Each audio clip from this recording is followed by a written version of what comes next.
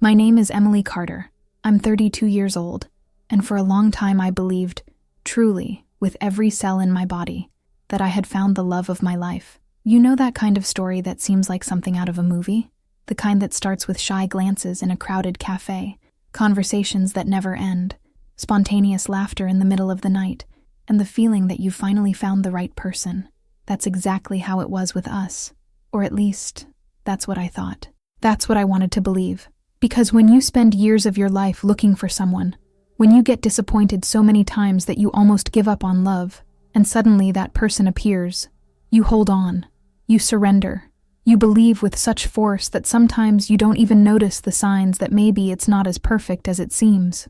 I met Mark on a cold autumn afternoon, the kind of day when the wind blows hard, and you just want hot chocolate and a warm place to hide. It was in a cozy cafe in the heart of Portland, Oregon. Those charming places with old leather sofas, shelves full of dusty books, and a fireplace crackling in the corner. I had gone there to work a bit on my laptop, escaping from the office noise. He was sitting at a table near the window, completely absorbed in a book, with that air of someone who doesn't need to try to get attention, but naturally attracts people's gaze. There was something about him, a calmness, a peace, a presence that filled the environment without being invasive. And when our eyes met, by chance, by destiny, I don't know, he smiled. And it wasn't just any smile. It was one of those that makes you forget the world for a few seconds. One of those that convinces you that love still exists, even after so many disappointments, so many broken promises, so many frustrated new beginnings. I looked away, embarrassed, pretending to be busy with my computer, but a few minutes later, he approached. He politely asked permission and asked if he could share the table with me, since the cafe was full. Of course he was lying. There were at least 3 empty tables around, but I didn't mind. Actually, my heart leaped, and we started talking about silly things at first. The terrible coffee at the place, the books we liked, the bands that marked our adolescence, the places we dreamed of visiting. And suddenly, 3 hours had passed and I hadn't even noticed. It was as if time had stopped, as if the rest of the world had disappeared and there were only the two of us. That conversation, that inexplicable connection that comes out of nowhere and makes you think, this is it, this is the person. Mark was funny, intelligent, attentive. He had a way of looking at me that made me feel special, as if I were the only person in the universe who mattered at that moment, as if everything I said was interesting, relevant, worthy of attention. And after years of feeling invisible, ignored, belittled in previous relationships, that was exactly what I needed. He made me feel seen, valued, desired, and I fell in love with that feeling even before falling in love with him. In the following months, everything was intense, overwhelming, cinematic. He took me to dinner at restaurants I had only seen on social media, waited for me after work with flowers in hand, always daisies, my favorites, because he paid attention to details. Sent good morning messages every day, called just to hear my voice before going to sleep. He said I was the calm he so needed in his chaotic life, that he had never felt so at peace with anyone, that I was the person he had been waiting for his whole life, and I believed.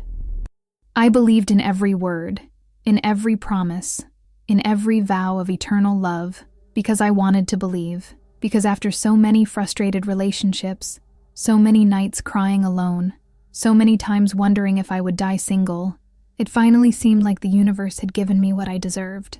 It finally seemed like love had knocked on my door. And when he proposed to me, at a magical sunset in Cannon Beach, with the sea crashing violently against the giant rocks, the wind messing up my hair, and that breathtaking orange sky, I said yes without thinking twice.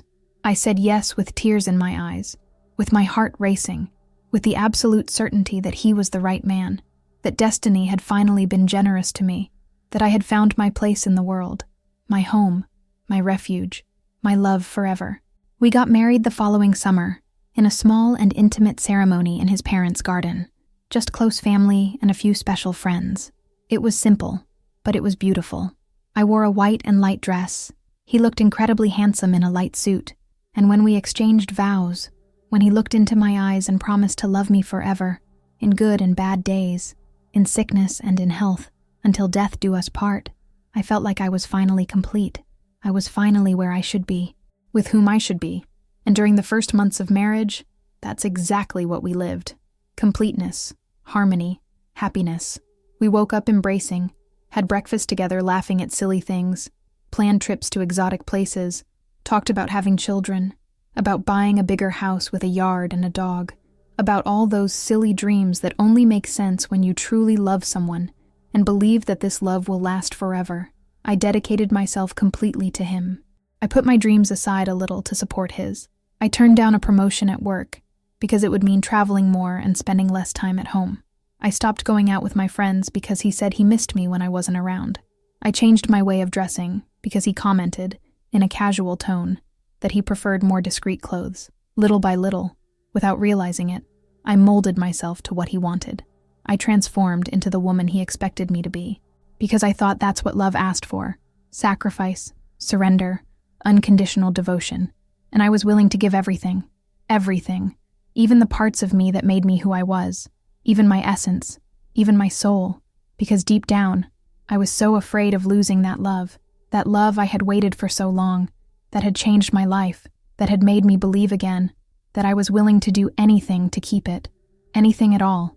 But what I didn't know, and what no one warned me about, no one prepared me for, is that true love never asks you to nullify yourself. True love doesn't require you to disappear so the other can shine. True love doesn't diminish you. It expands you, makes you grow, makes you want to be the best version of yourself, not because you have to please someone, but because you feel inspired, loved, respected. And that was exactly the opposite of what I did. Little by little, without realizing it, I stopped being the Emily who dreamed of a brilliant career, who planned to open her own business, who laughed loudly without worrying about what others thought. I became his shadow, the supporting actress in my own life, an extra in my own movie. And when you become a shadow, it's only a matter of time before no one sees you anymore. Not others, not even yourself. I looked at myself in the mirror every morning and no longer recognized the woman staring back at me. Where was that girl full of life, energy, plans? Where was the Emily who believed the world was full of infinite possibilities? She had been left behind, buried under empty promises, unmet expectations, and a love that, deep down, only existed in my head. But at that time, I still didn't know any of this. I still firmly believed that everything would work out, that we would overcome any obstacle, that love was enough to keep everything in place. I was so blinded by the illusion, so lost in my own distorted fairy tale, so in love with the idea of love rather than its reality, that I didn't see the shadows approaching.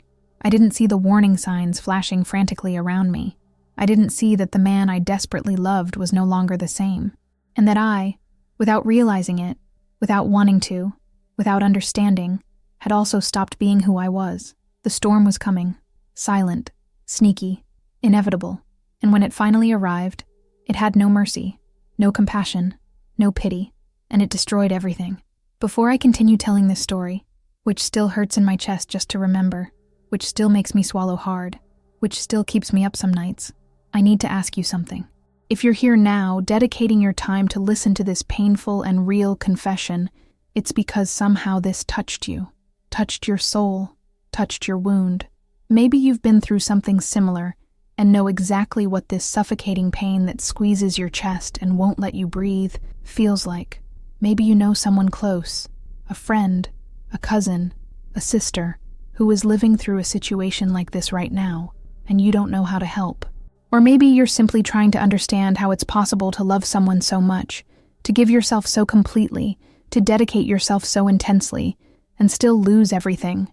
Whatever the reason that brought you here, I ask you from the bottom of my heart, subscribe to the channel now and activate the notification bell so you don't miss any more real and raw stories like this. Because here, in this space, we don't pretend that life is perfect. We don't use filters. We don't lie. We show life exactly as it is, raw, painful, devastating sometimes, but also full of new beginnings, of overcoming, of strength we didn't even know we had.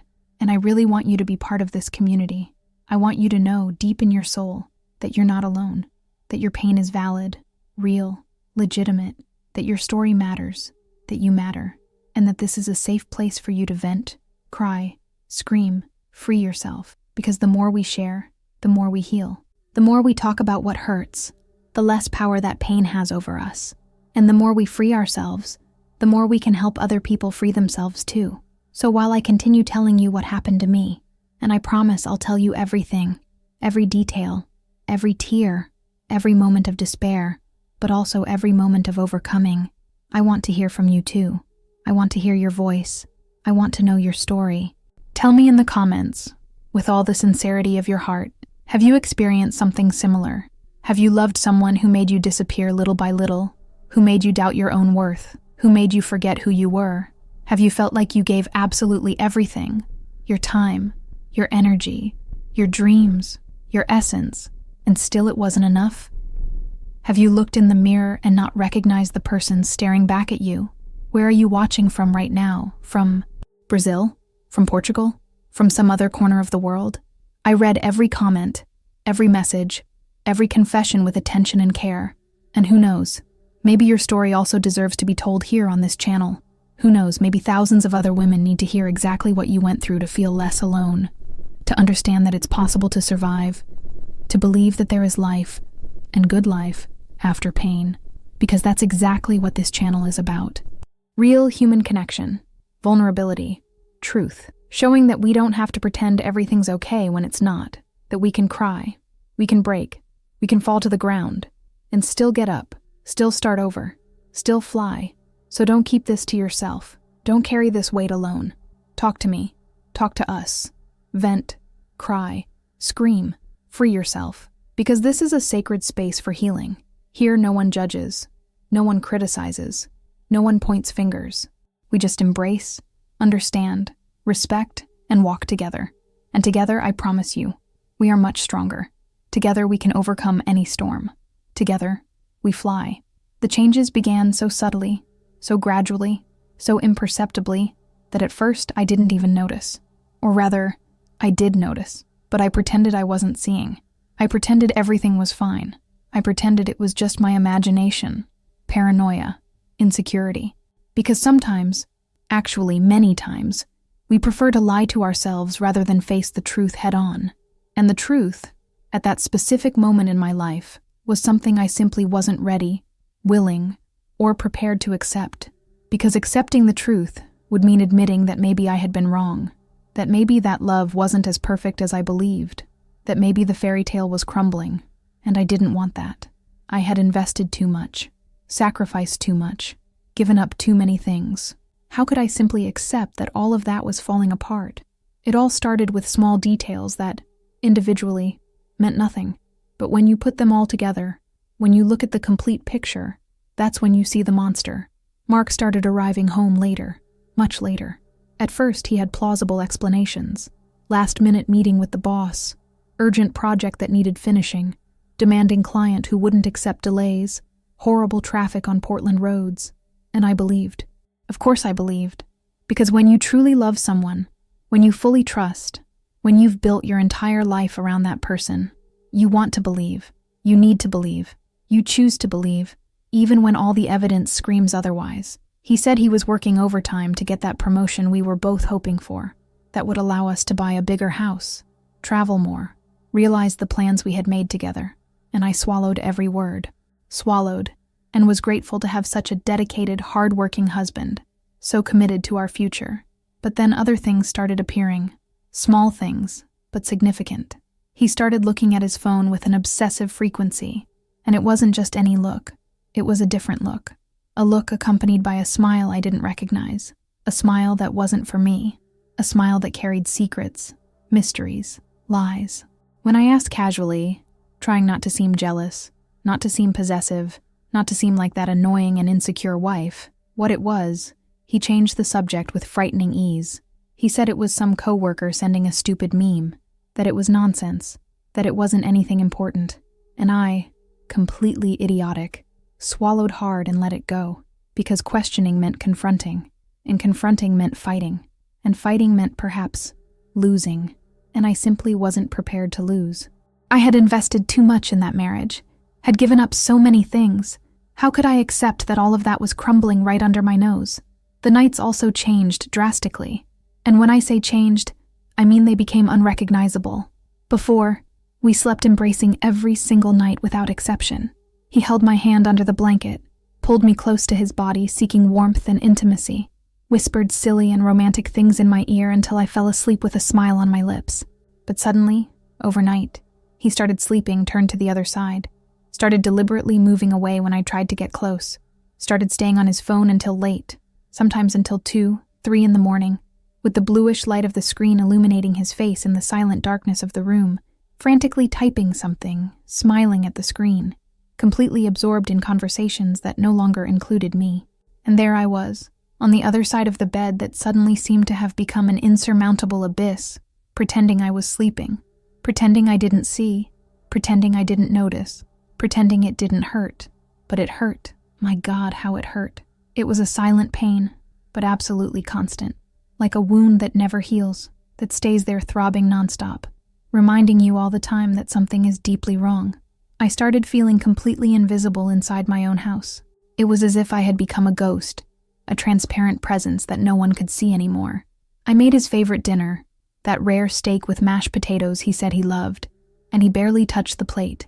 He pushed the food from one side to the other with his fork, looked at his phone the whole time, answered my attempts at conversation with monosyllables. I carefully styled my hair, put on that red dress he always said he loved on me, wore the perfume he had given me as a gift on our wedding anniversary, desperately tried to get his attention, and he didn't even notice, simply didn't notice. It was as if I had become part of the furniture, something that had always been there, but that no one pays attention to anymore, something that had completely lost its importance, something disposable, replaceable, irrelevant. And the worst of all, the part that destroyed me the most inside, is that I started believing it. I started internalizing this cruel narrative. I started thinking that the problem really was me, that I wasn't interesting enough, that I wasn't pretty enough, that I wasn't intelligent enough, that I wasn't sexy enough, that I simply wasn't enough, period. And when you start feeling like this, when you start deeply doubting your own worth as a human being, you accept less and less. You settle for crumbs. You're grateful for the minimum attention. You apologize for things that aren't even your fault. You bend, mold, transform yourself desperately trying to be what the other wants, because you think, you're absolutely certain, that you don't deserve more than that you should be grateful to have at least this, to have at least him, even though he doesn't see you anymore, even though he doesn't want you anymore, even though he clearly doesn't love you anymore. I tried to talk to him a few times. I gathered courage. And when I say gathered courage, I mean I rehearsed mentally dozens of times, trembled from head to toe, felt my heart almost jumping out of my mouth, and asked if everything was okay in the marriage, if there was something he wanted to tell me, if I had done something wrong that I could fix, if he still loved me, if he still wanted to be with me. But he always deflected with disturbing ease. He said I was being paranoid again, that I was creating problems where there were none, that I was exaggerating as always, that he was just tired from stressful work, that I needed to stop being so insecure and needy, and I, desperately wanting to believe, desperately wanting that to be true, let it go, swallowed the tears, swallowed the pain, swallowed the humiliation, and kept pretending everything was fine, kept smiling when he arrived, kept playing the role of the perfect wife, understanding, patient, kept nullifying myself more and more, but deep down, really deep down where we keep the truths that hurt the most to admit, I knew something had irreversibly changed. I knew he didn't love me the same way anymore. Or worse, I knew that maybe he had never truly loved me. Maybe all of that had just been an illusion. A beautiful story, I told myself, because I wanted so badly to believe in love, that I convinced myself that was love. But it wasn't. It never was. It was just appearance, just convenience, just comfort, just habit, just nothing. And so day after day, week after week, month after month, I was disappearing. I was fading. I was ceasing to exist as an individual. Until that fateful day came when he simply decided to erase me completely, in a brutal way, in a way I could never have imagined. And that's when everything violently crumbled. That specific night, the Portland sky was heavy and threatening. The clouds were dense, dark, loaded with electricity and tension. The air had that characteristic smell of rain that hasn't fallen yet, that heavy humidity that sticks to your skin, that oppressive atmosphere that makes you instinctively feel that something very bad is about to happen. And it was. Oh, it was.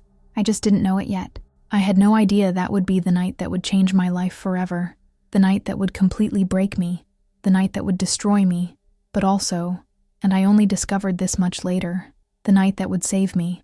I was in the kitchen, finishing putting away the dishes from dinner that has always happened lately. I had eaten completely alone. I had made lasagna, my grandmother's special recipe that Mark always said he loved, but he hadn't even shown up to eat. He said he would grab something quick at the office because he had a lot of work. The same excuse as always, the same pattern as always. But that night, something was different. I could feel it. I could feel it in the air, in my bones, in my racing heart. When he finally came through the front door, it was almost 11 at night. I noticed immediately. Even before seeing him, even before hearing him, I felt it. The smell. A sweet, floral, feminine, intense perfume. A perfume that definitely wasn't mine. A perfume that screamed the truth I had desperately tried to ignore for months. A perfume that denounced the betrayal I pretended not to see. My heart raced violently in my chest. My hands started trembling uncontrollably. My breathing got stuck in my throat. I slowly turned to him, and he was there, standing casually in the kitchen doorway, staring at me with an expression on his face that I had never seen before. It wasn't guilt. It wasn't regret. It wasn't shame. It wasn't remorse. It was something much worse. It was indifference. Cold, calculated, cruel indifference. As if he didn't care anymore. As if I didn't matter. As if I were just an annoying inconvenience he had to deal with. As if I were nothing. I tried to speak, but the words got completely stuck in my throat. My mouth opened and closed several times like a fish out of water. Until finally, with a trembling and almost inaudible voice, I managed to pull from inside me, "Whose perfume is that, Mark?" The silence that followed was deafening. He stared at me for long seconds that seemed like hours. And then, to my complete devastation, he laughed. A short, dry, cruel laugh, devoid of any human warmth.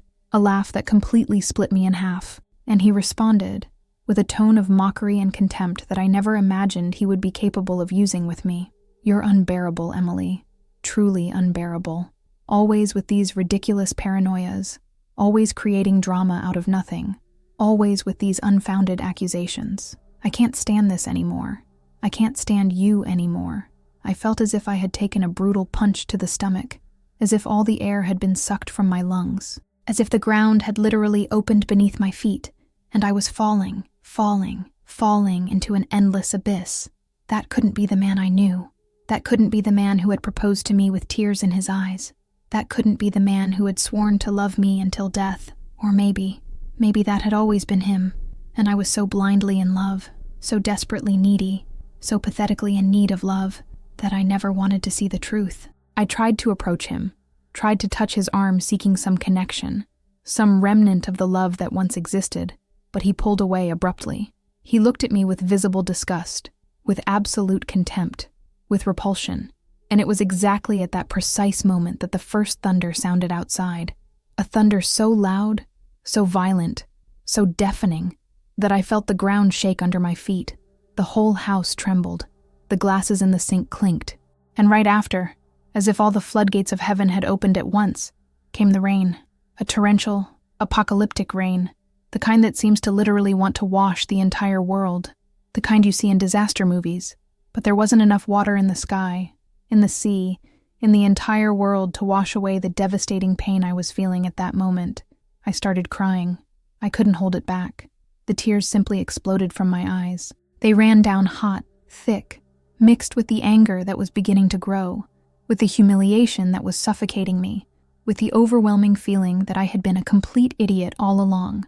And he remained there, standing, motionless, watching me cry as if I were a problem, as if I were a burden, as if I were a mistake he needed to correct, as if I were nothing, absolutely nothing, until he said, with a coldness that froze my blood, the words I will never forget for the rest of my life, the words that echo in my head to this day, even so much time later. "Get out of my house, Emily. I don't want you here anymore. I don't want you anymore." I was completely in shock, literally paralyzed. My brain simply couldn't process what I had just heard. It couldn't be true. It couldn't be happening. That had to be a horrible nightmare from which I would wake up. But before I could react, before I could say anything, before I could even breathe, he left the kitchen with determined steps and came back seconds later carrying my suitcase, my large travel suitcase, the suitcase I didn't even know he had packed, He had planned this, had decided to kick me out, had prepared everything in advance, and he didn't even have the decency, the compassion, the humanity to warn me beforehand, to have a conversation, to at least try to end things in a civilized way. He opened the front door forcefully, and the rain came in violently with it. The cold and cutting wind whipped my face, and I felt the intense smell of the storm mixed with the smell of my own despair, my own panic, my own destruction. He threw the suitcase on the wet porch without any care, and the rainwater immediately started soaking it, seeping in from all sides. I looked at him with wide eyes, silently pleading with my gaze, unable to form words, pleading for him to change his mind, pleading for him to say he was joking, pleading for him to tell me he still loved me. But he didn't soften at all. He just coldly pointed to the open door, where the storm was raging outside, and repeated louder this time, almost shouting to be heard above the noise of the rain. "Leave, now, immediately." And it was exactly at that devastating moment that something inside me broke completely. It wasn't just my heart that shattered into 1,000 irreparable pieces. It was much more than that. It was my entire soul. It was my belief in love, in human kindness, in the possibility of happiness. It was everything I believed about relationships, about commitment, about marriage. It was every dream I had built. It was every plan we had made together. It was every promise he had whispered in my ear. It was everything, absolutely everything, crumbling in a matter of seconds. I grabbed the soaked and heavy suitcase with trembling hands, walked past him without being able to look him in the eyes, because if I looked, I would completely collapse right there, and went out into the storm. The rain fell on me with absolutely brutal force, as if the entire sky wanted to crush me, destroy me, drown me. In seconds, I was completely soaked, hair stuck to my face, heavy clothes clinging to my body, soaked shoes making noise with each step. I was trembling violently. From cold, from fear, from pain, from shock, from everything. I slowly walked to the car, which was parked on the dark and deserted street, opened the door with trembling hands that could barely hold the key, and threw the suitcase in the back seat without any care. I got in the car, soaked, closed the door, and it was only then, in the muffled and claustrophobic silence of the car's interior, with the deafening sound of the rain violently hammering on the metal roof, that I finally completely collapsed. I cried like I had never cried in my entire life. Violent and uncontrolled sobs that left me literally breathless, that made me bend over the steering wheel, that made me feel like I was going to suffocate. I screamed. I screamed loudly. I screamed with rage. I screamed until my throat hurt intensely, until I tasted blood in my mouth. I screamed until I had no more strength, until I had no more voice, until I had nothing left. And when I had absolutely nothing left inside me, no tears, no screams, no emotion, I just stayed there, sitting, wet, trembling, destroyed, completely destroyed, feeling deeply that the world had ended, and in a way, in a very real way, my world really had ended. I don't know how long I stayed there paralyzed, sitting in that cold car, just looking through the fogged windshield while the rain wouldn't stop falling. The water ran down the glass, creating hypnotic patterns that I observed without really seeing. My mind was completely empty, numb, as if it had shut down to protect me from the unbearable pain, because if I really stopped to process what had just happened, if I really let that reality fully enter, I knew I wouldn't survive. Not that way. Not at that moment. I genuinely don't know how long I sat there in that car, completely motionless, just staring fixedly at the rain falling relentlessly on the windshield. It could have been an hour. It could have been 5 hours. It could have been the entire night. Time had completely lost its meaning. Everything had lost its meaning. The entire world had lost its meaning.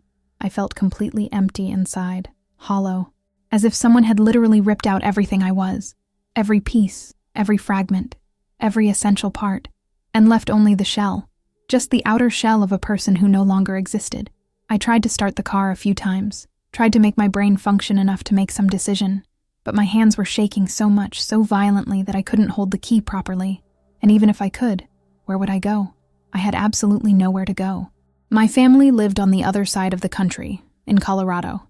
My parents were elderly and wouldn't understand. My brother had his own family and problems. How was I going to call them in the middle of the night and explain that the perfect marriage, the wonderful husband, the fairy tale life I had spent the last years describing to them, had all been one big lie? My friends, well, I had drastically distanced myself from almost all of them in recent years. Because when you completely surrender to a relationship, when you make the other person your entire life, when you stop cultivating other relationships because your world revolves exclusively around that person, you end up losing everything else. You end up alone, completely alone. And that was exactly what had happened to me. I was alone in the world, without anyone, without anything, without anywhere to go. The shame I felt was almost physically unbearable. It weighed on my shoulders like a ton of concrete. It suffocated me.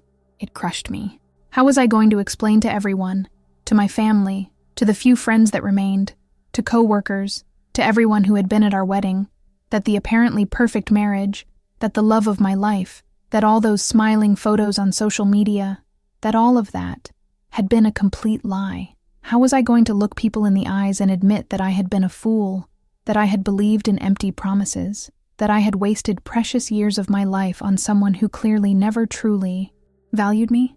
How was I going to endure the pitying looks, the whispered comments, the speculation, the judgment?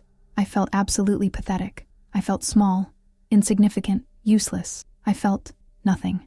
And this overwhelming feeling of being nothing, of being worth absolutely nothing, was worse than any physical pain I'd ever experienced. It was a pain that consumed from the inside, that corroded you little by little like acid, that made you obsessively question every choice you had ever made in life. Had I been stupid? Had I been blind? Had everyone seen what I refused to see? Did I deserve that somehow? Had I done something to deserve being treated that way? These tormenting questions spun infinitely in my head, without answers, without peace, without end. That horrible night, I slept in the car, or rather, I tried to sleep. Because actually, I just lay uncomfortably in the narrow back seat, wrapped in an old blanket I had miraculously found in the trunk, trembling uncontrollably from cold and sobbing softly in the darkness. The rain simply wouldn't stop. It kept falling hard, merciless, as if the sky cried along with me, as if the entire universe felt my pain. And I stayed there, staring fixedly at the car's ceiling, desperately trying to understand how I had gotten to that point, how I had let things deteriorate so much, how I had lost so much of myself in the devastating process of loving someone. And the answer was simple, though extremely painful. I had loved wrong. I had loved more than I was loved. Much more. I had given myself completely unconditionally without expecting absolutely anything in return. I had nullified myself, and now I was paying the very high price for that. The days following that infernal night were the worst, the darkest, the most desperate of my entire life. I managed to rent a cheap and depressing room in a shabby motel on the outskirts of Portland, an absolutely sad and degrading place, with peeling wallpaper, suspicious stains on the ceiling, penetrating smell of mold and cigarettes, constant noise of fights and arguments in the neighboring rooms. But it was literally what I could afford with the little money I had in my account. I had lost everything. My house, my marriage, my dignity, my identity, my reason for living. And the worst, the most devastating of all, is that I still loved him, still felt a physical absence of him, still looked obsessively at my phone every few minutes, desperately hoping for a message, an apology, anything that would make me believe that had been a terrible nightmare and that I would finally wake up. But the message never came. Or rather, it did come. But it definitely wasn't what I expected, dreamed of, or begged for. The morning after that infernal night, when I finally managed to stop crying enough to look at my phone, I received a message from him. Just one. Cold, calculated, devastating. My heart literally raced when I saw his name lighting up the screen.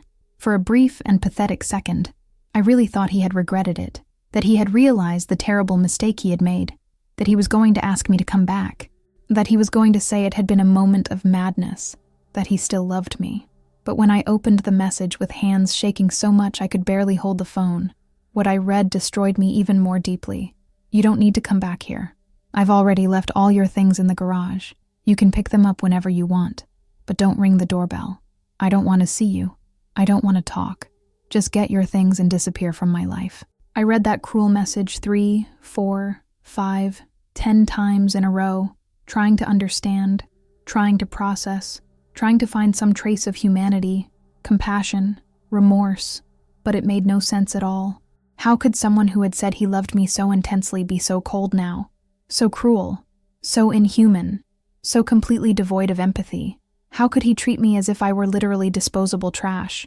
As if the years we spent together meant absolutely nothing. As if I meant absolutely nothing. I spent the following days in a deep state of traumatic shock. I barely ate. When I tried, the food simply wouldn't go down. It got stuck in my throat.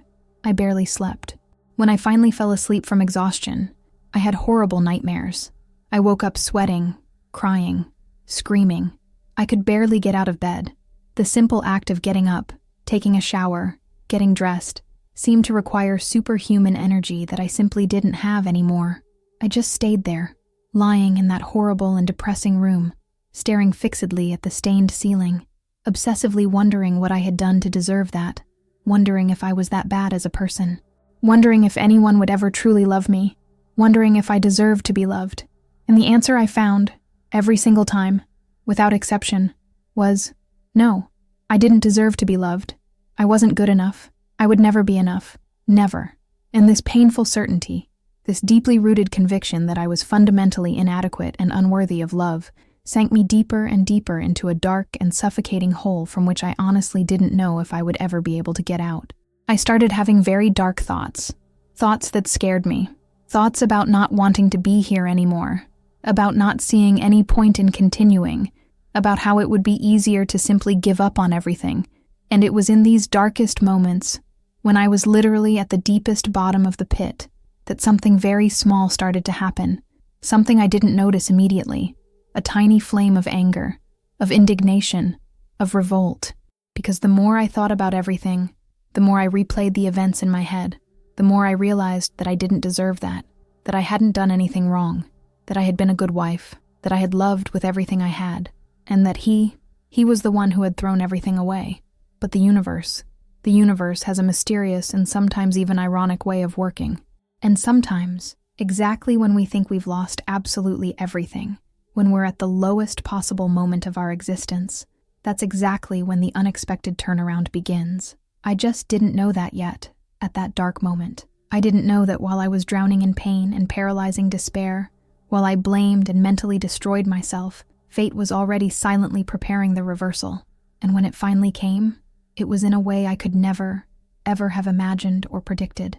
It took exactly 2 painful and endless weeks for me to finally gather enough courage, enough emotional strength, enough determination to go to the house, that house I used to proudly call our house, but which was now just his house, to get my things.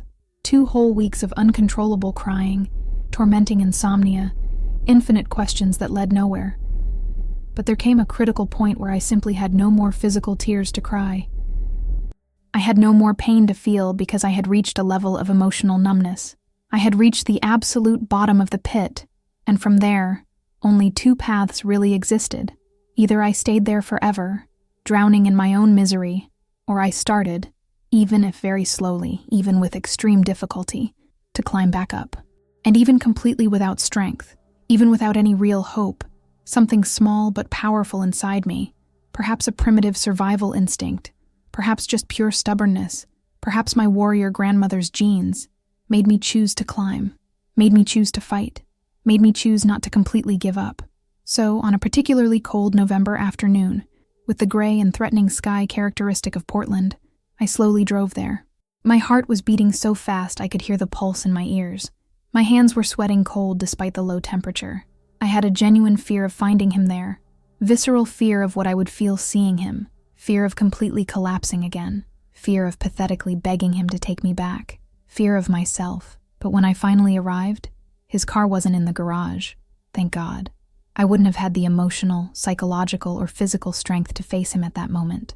My things, years and years of life reduced to material objects, were all carelessly thrown in crumpled cardboard boxes, stacked haphazardly without any care in a dusty corner of the cold garage, as if they were trash waiting to be taken away, as if I were trash, as if my entire existence there was something disposable and worthless.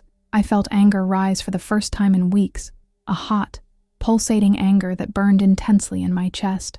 How could he do this to me? How could he treat me in this absolutely inhuman way, after literally everything I did for him, after all the sacrifices, after all the unconditional love. But at the same time, while I stared fixedly at those sad boxes, at those pathetic remains of my previous life, something deep and fundamental changed inside me. Something definitely clicked, because suddenly, with frightening clarity, I realized something crucial. I didn't need him anymore. I didn't need that place that was never really my home. I didn't need any of that. Nothing. What I really needed, what I desperately needed, was myself back. The real Emily. The Emily who had been buried, suffocated, erased during all those years. I carried the heavy boxes to the car, one by one, sweating despite the cold, without shedding a single tear. For the first time in endless weeks, I didn't cry. Not once. Because I had finally made a firm decision. I was going to rebuild my life completely, alone, from absolute zero, and I was going to show, to him, to the entire world, but mainly and most importantly to myself, that I was much, much stronger than I ever imagined I could be, that I was capable, that I was enough, that I was valuable, with him or without him, but especially without him.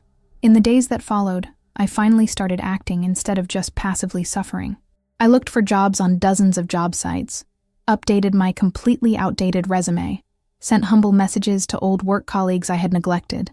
I had worked as a project manager in technology before getting married, had been good at what I did, but had left everything aside without thinking twice to exclusively support his career.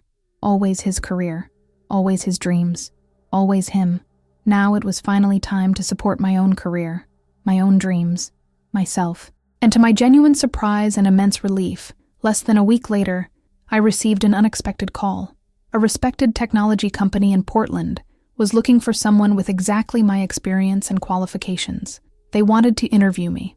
The interview was significantly better than I expected or dared to hope.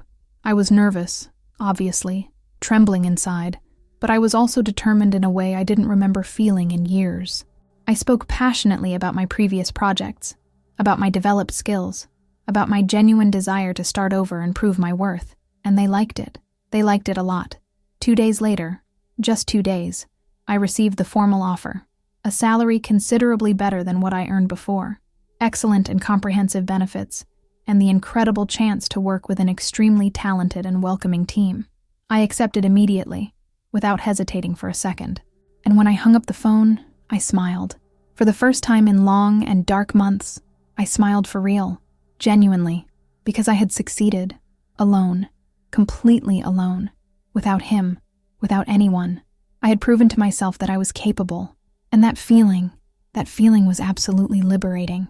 But the surprising turnaround didn't stop there, because while I was silently rebuilding my life piece by piece, while I was finally starting to find myself again, the mysterious universe was simultaneously taking care of settling accounts with him, in a way I could never have planned or imagined. I discovered everything completely by chance.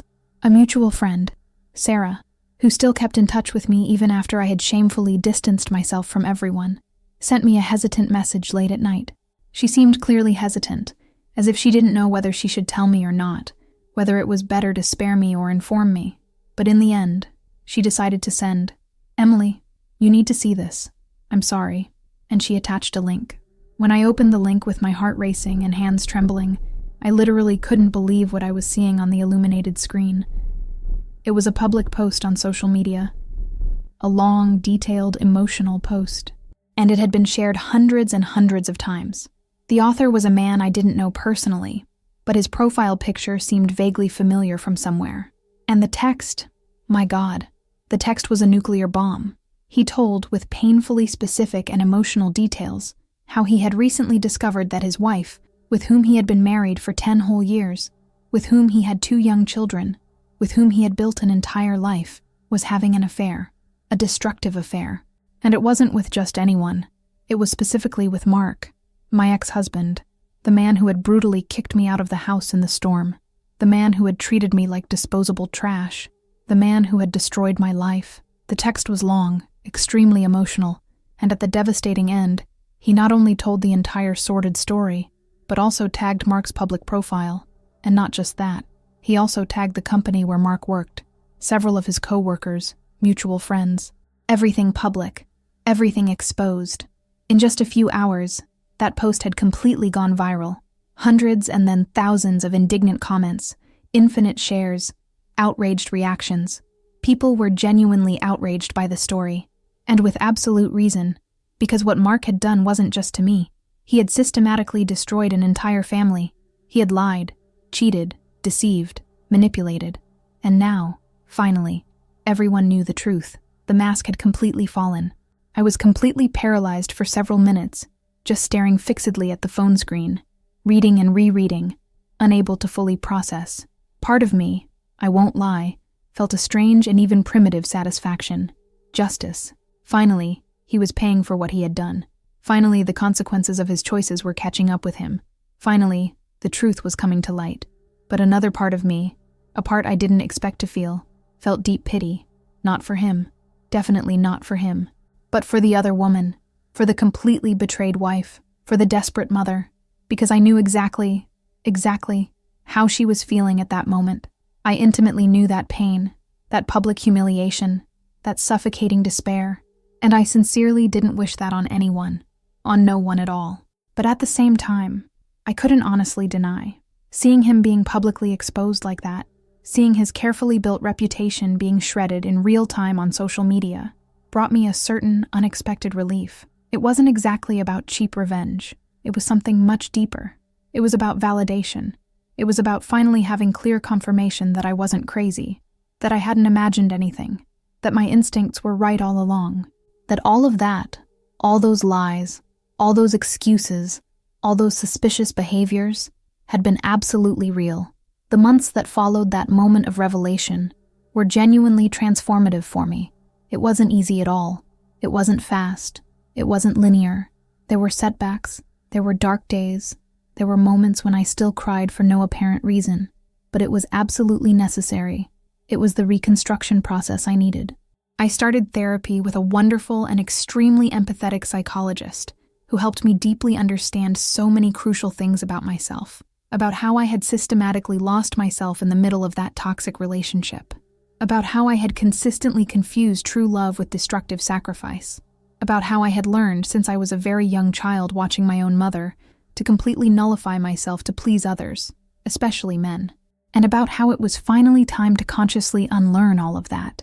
It was time to put myself as a priority first, to actively choose myself, to unconditionally love myself. And no, it definitely wasn't easy.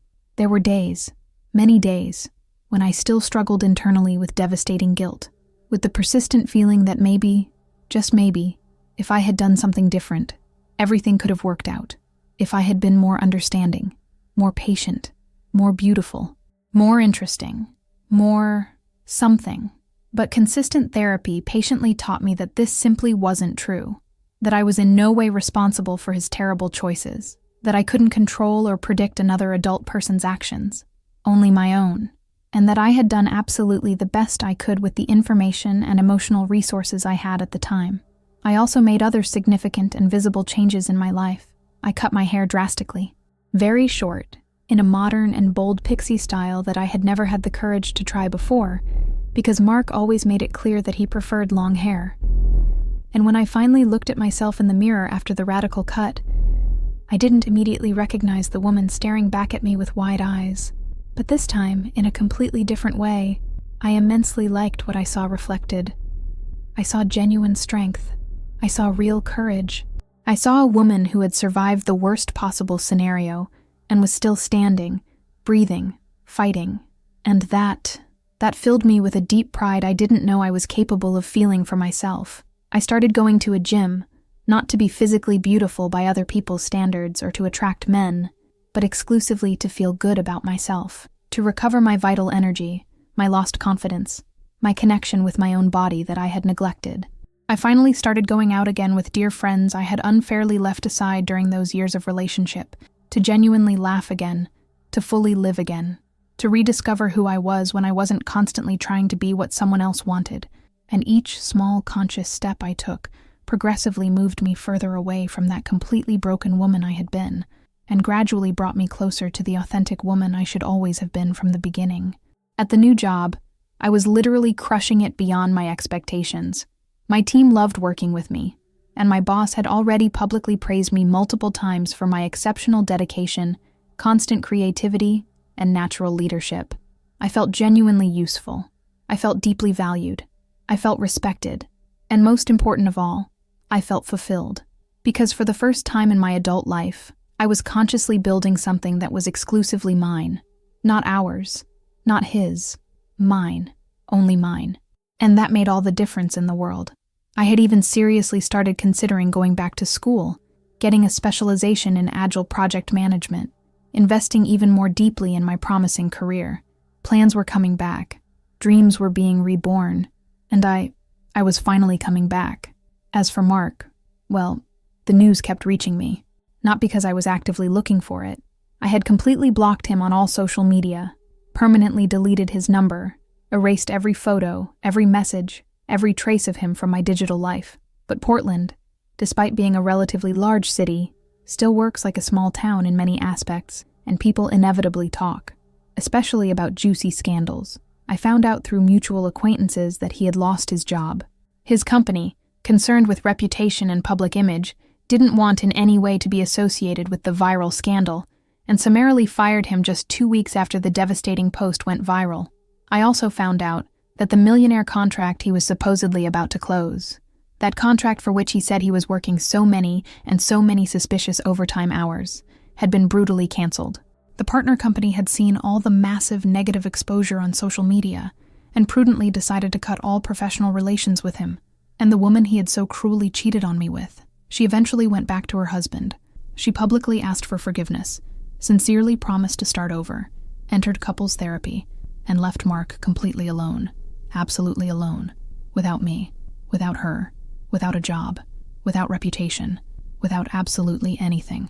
Part of me, the part that still believed in kindness and compassion, genuinely wanted to feel sorry for him, wanted to be the emotionally bigger person, and magnanimously say that I wished him well, that I had completely overcome everything, that I held no grudge. But the naked and raw truth is that I felt absolutely nothing. Not residual anger, not persistent sadness, not satisfaction from revenge, not pity, nothing. Absolutely nothing. I simply felt nothing when I thought about him, because he had finally stopped having any power over me. He had stopped occupying precious space in my mind, in my heart, in my life, in my thoughts. He had become completely irrelevant.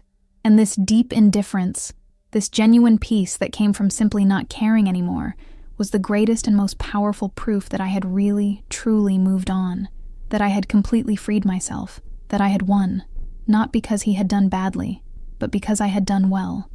Because I had consciously chosen to completely rebuild myself instead of letting myself be permanently destroyed. Because I had chosen to live instead of just surviving.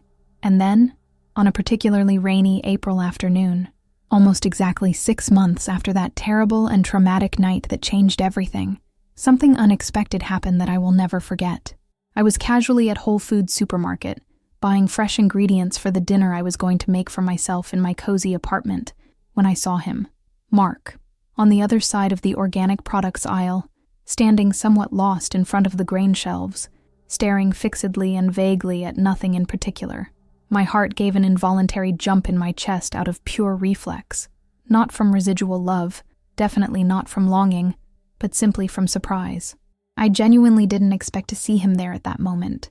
I wasn't minimally prepared, but at the same time, I was, completely. Because when our eyes finally inevitably met, when he clearly recognized me and hesitantly started walking in my direction with slow steps, I didn't tremble at all. I didn't cowardly look away. I didn't feel any urgent desire to run. I simply stayed there, firm, calm, waiting calmly. He looked, destroyed is the most adequate word, completely destroyed. The dark circles were deep and dark, almost purple. His face was visibly thinner and haggard, shoulders permanently drooped forward, wrinkled clothes. He literally carried the visible weight of the world on his back, and it was painfully noticeable to anyone who looked. When he finally got close to me, keeping a respectful distance, he tried to force a smile, but it was such a weak, lifeless, pathetic smile that it was almost pitiful. "Emily," he said, with a hoarse and rough voice as if he hadn't used it much recently. I'm so sorry, really sorry, for absolutely everything I did. I ruined everything completely. I lost everything that mattered. My job, my reputation, my friends, everything. And the worst of all, what hurts the most, is that I lost you, the only person who really cared about me. He paused for a long time, and clearly expected me to say something comforting, as if he secretly expected me to console him, to compassionately say that everything was okay, that I still cared, that maybe we could try again, start over. But I didn't say absolutely any of that, because it simply wasn't true, and I had made a solemn and unshakable promise to myself that never again in my life would I lie or pretend to please others. Never again would I nullify myself. Never again would I accept crumbs when I deserved the entire banquet. I took a deep and calm breath, centered my energy, looked directly into his eyes, those same brown eyes that once, long ago, made me naively believe in eternal love, and said, with a surprising calmness I didn't even know I possessed, "It wasn't fate that was cruel to you, Mark. It wasn't the universe conspiring against you. It wasn't bad luck. It was just natural consequence, direct and inevitable consequence of your own choices.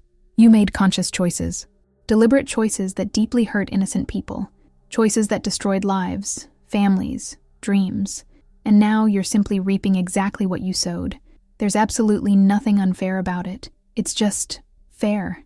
It's the universe balancing itself." He opened his mouth to say something, probably some excuse, some justification, some pathetic attempt to redeem himself, but I didn't give him the slightest chance. I didn't want to hear empty apologies. I didn't want to hear elaborate justifications. I had already wasted too much precious time of my life on him. "I sincerely hope you learn something valuable from all this. I hope you eventually become a better person, more conscious, more empathetic. But it's not minimally my problem anymore. It's not my responsibility anymore. I've completely moved on. I rebuilt myself. I found myself again. And you should do exactly the same, alone." And before he could respond anything, before he could try to emotionally manipulate me one more time, I turned my back with dignity and left. I walked through the supermarket aisle with my head held high proudly, heart racing, but at the same time, light, so incredibly light, as if they had literally taken a ton of weight off my shoulders, because I had finally done it. I had looked at him directly without collapsing. I had spoken my truth without apologizing for it. I had put myself as a priority first. And for the absolute first time since everything had happened, I felt completely, totally, absolutely free. Free from the heavy past, free from residual pain, free from consuming anger, free from him, completely free. When I finally got home that memorable night, I comfortably sat on the soft sofa of my small but cozy apartment, which I had rented exclusively with my own hard-earned money, decorated completely my own unique way, carefully transformed into my sacred refuge, and smiled widely. I smiled because I had succeeded. I had survived the impossible. And more than simply that, I had genuinely been reborn. I had become a better, stronger, wiser version of myself. In the following months that gradually turned into an entire year, my life continued improving consistently in all areas. I was deservedly promoted at work. I finally started traveling again. I went to Seattle, San Francisco, even to Mexico, doing all those things I genuinely loved but had set aside, spending quality time with people who really authentically cared about me. I even timidly started dating again. Nothing serious or compromising, just casual and light dates, meeting new interesting people, carefully testing the waters, rediscovering what I really wanted in a partner. And you know what I discovered through this process? That I didn't desperately need a relationship to be genuinely happy, that I could be absolutely complete alone. That love, when it finally comes again into my life, has to necessarily be a wonderful complement, not a desperate necessity. It has to be a conscious and daily choice, not a pathetic desperation. And I solemnly promised myself that next time I choose to deeply love someone, it will be completely different. I won't lose myself in the process. I won't nullify myself. I won't accept less than I deserve, because now I finally know. I know deep in my soul, my true worth, and no one, never again, ever, will be able to take that away from me. Today, when I honestly look back at that absolutely terrible night when he brutally kicked me out of the house in the middle of the violent storm, I feel a strange and paradoxical gratitude. Not for him specifically, never for him, but for the storm itself, for the unbearable pain, for the necessary destruction. Because it was exactly there, precisely in the middle of that pain that seemed literally unbearable, In the middle of that suffocating despair that seemed genuinely endless, that I unexpectedly found my true strength. It was there that I finally learned that I am much, much more than I thought or believed, that I am capable of enduring much more than I ever imagined was possible, and that even when absolutely everything crumbles around, even when it genuinely seems like there's no way out, there's always, always, a new beginning waiting patiently on the other side. It just fundamentally depends on us having the courage to cross over, to keep walking, even when our legs tremble violently, to keep breathing, even when our chest hurts painfully, to keep believing, even when our heart bleeds. I deeply learned that true love, real and healthy love, simply doesn't hurt. True love doesn't make you feel small, insignificant, or inferior. It doesn't make you constantly doubt yourself. It doesn't force you to impossibly choose between yourself and the other. True love makes you grow exponentially, makes you shine intensely, inspires you to want to be the best possible version of yourself, not because you have to desperately please someone, but because you genuinely want to, because you feel deeply inspired, because you feel truly loved. And absolutely, everything that's different from that isn't real love. It's unhealthy attachment. It's emotional dependency. It's paralyzing fear. It's destructive neediness. And we deserve infinitely much more than that. We deserve to be loved with exactly the same intensity that we love. We deserve to be consistently respected, continuously valued, deliberately chosen, every single day, without exception. Nowadays, when it rains torrentially in Portland, and it rains a lot here, believe me, I don't defensively close the windows. I do exactly the opposite. I open them completely. I let the fresh wind freely enter. I let the characteristic smell of rain deliciously invade my house. I close my eyes deeply, and I'm grateful from the heart. I'm sincerely grateful for having survived against all odds. I'm genuinely grateful for having found myself again in the process. I'm immensely grateful for the devastating storm that completely destroyed me, but that also, paradoxically, saved me. Because sometimes, many times actually, we need to be completely broken to be rebuilt stronger. We need to lose absolutely everything to finally discover what really matters. We need to touch the deepest bottom of the pit to finally clearly understand that the only possible direction is necessarily upward, and that we always, from the beginning, were strong enough to climb. We just desperately needed to believe that. If you've made it this far, to the complete end of this painful but hopeful story, I want to tell you something from the bottom of my heart. Thank you. Thank you so much. Thank you for listening patiently. Thank you for being here with me on the other side of the screen, sharing this vulnerable and intimate moment. Because telling this story publicly wasn't absolutely anything easy. It still hurts significantly. Maybe it will always hurt a little, and that's okay. But at the same time, it deeply frees me. It gradually heals me.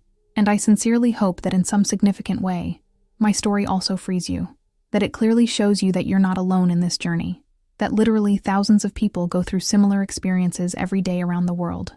And that no matter how dark, gloomy, and desperate it seems right now at this moment, there's always, without exception, light at the end of the tunnel. There's always real hope. There's always the possibility of a new beginning. You just need to courageously take the first step, and then the second, and then the third. And before you really realize it, you're no longer in the same suffocating place. You're already flying. So if this story touched you deeply in some way, if you saw yourself reflected in me, if you've also been through something painfully similar, or know someone close who's going through this right now, please leave a heart here in the comments. Tell me your own story if you feel comfortable. Tell me where you're watching from right now, what you're feeling, what this story awakened in you, because I genuinely want to hear you. I want to know that you're okay, or that you'll eventually be okay. And I want you to deeply know that this is an absolutely safe space. Here we don't judge precipitously. We don't point accusing fingers. We just embrace unconditionally. We just understand empathetically. And we rise together, always together. Because that's exactly what it's about. At the end of the day, mutual support, true sisterhood, genuine humanity, real connection. And if you haven't subscribed to the channel yet, please subscribe right now. Activate the notification bell so you don't miss any more real, raw, and transformative stories like this. Because here in this space, we openly talk about what no one wants to talk about. We courageously expose wounds that are still open, but we also proudly show healed scars. We cry together in difficult moments, but we also enthusiastically celebrate victories together. And every view, every like, every sincere comment, every share clearly shows me that it's worth continuing to tell these vulnerable stories, that it's worth being authentically vulnerable, that it's worth being genuinely real. So help me take this transformative message to more and more people. Share this video with someone special who desperately needs to hear this. With that dear friend who's going through an extremely difficult time. With that cousin who's trapped in a clearly toxic relationship. With anyone who urgently needs to remember that she is strong, that she is immensely capable, that she deserves infinitely more. And before I finally say goodbye, I want to leave one last deep reflection. A powerful phrase I heard in therapy that literally completely changed the way I see life. Sometimes people enter our lives specifically to teach us what we don't want. And that's okay. Because it's exactly through these painful lessons that we finally discover what we really deserve. Mark entered my life to teach me precisely that. To teach me that I deserved significantly more, that I always deserved more from the beginning, and that never again, ever, will I accept less than that. He wasn't the love of my life like I romantically thought. He was the crucial lesson I needed to learn to finally truly love myself. And for that, in a strange and paradoxical way, I even thank him in the end. Not him as a person, but the transformative experience, the necessary pain, the purifying storm, because it was that which transformed me into the strong, resilient, and authentic woman I am today. So if you're going through a devastating storm now, if you're being cruelly thrown out, if you're deeply feeling that the world has completely ended, breathe deeply. And always remember, the storm didn't come to permanently destroy you. It came specifically to teach you to fly, and you will fly beautifully. I promise from the bottom of my heart, you will courageously rise. You will patiently rebuild yourself. You will finally find yourself again. And when all this finally passes, and it will inevitably pass, it always passes, you'll look back with a completely new perspective, and you'll be grateful. Grateful for having been strong enough to survive, for having been courageous enough to start over, for having been wise enough to learn.